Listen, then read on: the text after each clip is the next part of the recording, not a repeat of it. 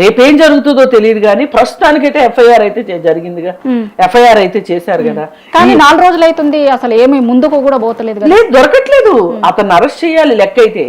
ఇప్పుడు 41 సిఆర్పిసి నోటీసులు అవేవి ఉండవు పోక్సోలో. అవును, అతను నిందితుడిని తీసుకొస్తారు, తీసుకొచ్చి అరెస్ట్ చేసి రిమాండ్ కి పంపిస్తారు.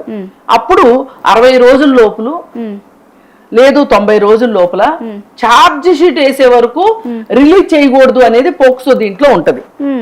కాకపోతే ఆంధ్రప్రదేశ్ లో ఒక 10 సంవత్సరాల క్రితం అనుకుంటా ఆ పాప పేరు పెట్టి పవన్ కళ్యాణ్ దగ్గర నుంచి అందరూ పాప హాస్టల్లో చనిపోయింది. చనిపోతే దళితురాలైన పాప చనిపోతే వాళ్ళ మదర్ ఇప్పుడు కూడా తిరుగుతున్నారు, న్యాయం జరగాలని. ఇప్పుడు కూడా జరుగుతుంది. మొదటిసారి చంద్రబాబు నాయుడు గారు అధికారంలోకి వచ్చినప్పుడు జరిగిన కేసు అది. ఆ కేసును అడ్డం పెట్టుకుని జగన్మోహన్ రెడ్డి నేను న్యాయం చేస్తానని నేను గెలిచాడు. ఆ తర్వాత పవన్ కళ్యాణ్ నేను న్యాయం చేస్తానని నేను వచ్చాడు.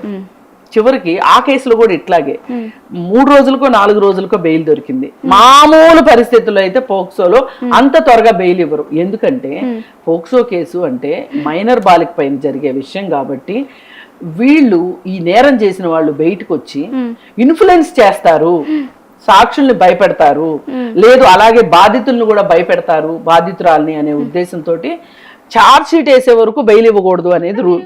పోక్సోలలో బెయిల్ రావంటారు, కానీ బండి భగీరథ్ అంటిసిపేటరీ బెయిల్ మూవ్ చేసిరు వాళ్ళు చేశారు. అవును, ఎట్లా వస్తుందా పోక్సో? రాదు, మామూలు అయితే రాదు. ఇప్పుడు నేను అందుకే మీకు ఎగ్జాంపుల్ చెప్పింది, కర్నూలు ఎగ్జాంపుల్ చెప్పింది, అక్కడ వచ్చింది.